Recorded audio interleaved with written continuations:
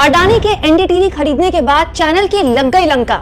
NDTV के बाद अडानी ने अब कौन सा नया न्यूज एंटरप्राइज खरीदा? दोस्तों, मेरा नाम है कुमकुम बिनवाल। करीब 1 साल से अब ज़्यादा का वक्त हो चला है जब अडानी ने एनडीटीवी खरीद लिया है। आपको याद होगा एनडीटीवी से अडानी का जुड़ना, उसके बाद प्रणव रॉय और उनकी पत्नी का एनडीटीवी से अलग होना, उसके बाद रवीश कुमार का एनडीटीवी से इस्तीफा देना, उसके बाद कई और लोगों का भी सिलसिलेवार तरीके से एनडीटीवी से अलग होना। ये सब कुछ हमने पिछले 1 साल में बहुत तेजी से होते देखा है। लेकिन अब इसके शुरुआती रुझान आने लगे हैं दोस्तों। जब गौतम अडानी ने एनडीटीवी खरीदा था तो बहुत सारे लोगों ने आशंका जाहिर की थी कि जो एनडीटीवी का ब्रांड है, सरकार से सवाल पूछने वाला जो ब्रांड है, वो ब्रांड ही खत्म हो जाएगा। और अगर ब्रांड खत्म हो गया तो जो व्यूज हैं या जो दर्शकों का विश्वास है वो खत्म हो जाएगा। तो फिर एनडीटीवी और बाकी चैनल्स में क्या फर्क रहेगा?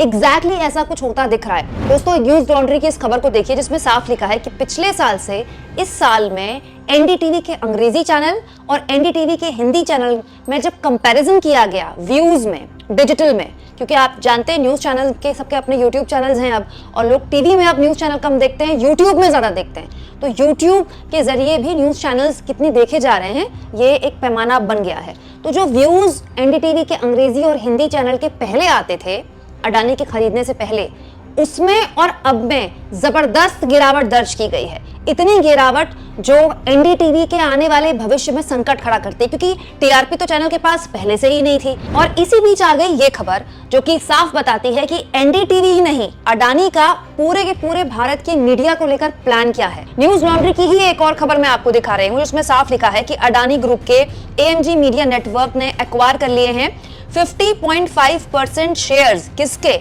इंडो एशियन न्यूज सर्विस के। दोस्तों, ये एक न्यूज एजेंसी है, जैसे एएनआई है ना, वैसी एक न्यूज एजेंसी है।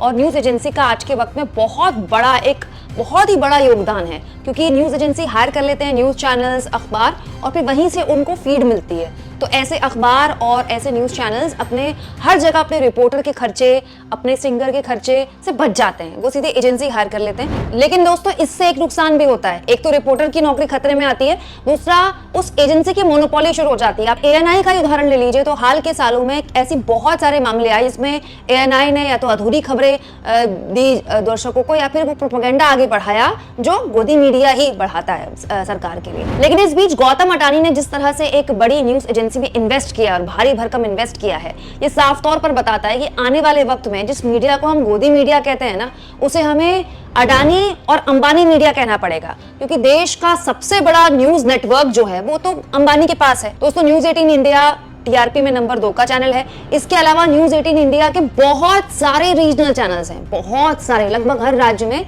इसी नेटवर्क के रीजनल चैनल्स चल रहे हैं। तो वैसे भी अंबानी के पास इतना बड़ा एक मीडिया हब है, मीडिया हाउस आप कह सकते हैं। और अंबानी को टक्कर देने के लिए गौतम अडानी ने देखिए पहले एनडीटीवी खरीदा, उसके बाद एनडीटीवी ने भी अपने रीजनल चैनल शुरू कर दिए, और अब गौतम अडानी ने इसी टक्कर को आगे बढ़ाते हुए एक न्यूज एजेंसी में भी भारी भरकम इन्वेस्टमेंट कर दिया है। जाहिर तौर पर गौतम अडानी का इन्वेस्टमेंट होगा तो अच्छा खासा इसमें पैसा आएगा तो ज्यादा लोग रखे जाएंगे, और उस एजेंसी का जो प्रभाव है वो एएनआई की तरह आगे और बढ़ेगा। तो आप खुद अंदाजा लगा लीजिए दोस्तों, जिन न्यूज चैनल्स में, जिन न्यूज एजेंसीज में गौतम अडानी या मुकेश अंबानी का पैसा लगा है, वो किसकी भाषा बोलेंगी, वो किसको फायदा पहुंचाने वाली खबरें दिखाएंगी, और वो किसके खिलाफ खबरें चलाएंगी।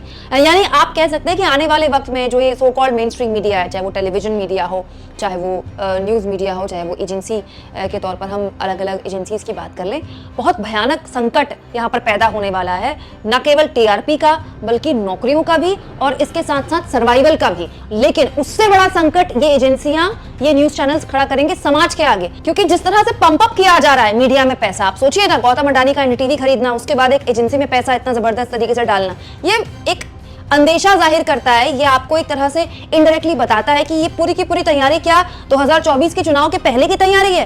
आप इस मुद्दे पर क्या सोचते हैं दोस्तों? कमेंट बॉक्स में जरूर लिखें, और जितना हो सके चैनल को शेयर करें, सब्सक्राइब करें, और थैंक्स और ज्वाइन का ऑप्शन जितना हो सके दोस्तों, अब आर्थिक तौर पर अगर आप चैनल की मदद करना चाहते हैं तो उसका इस्तेमाल करें।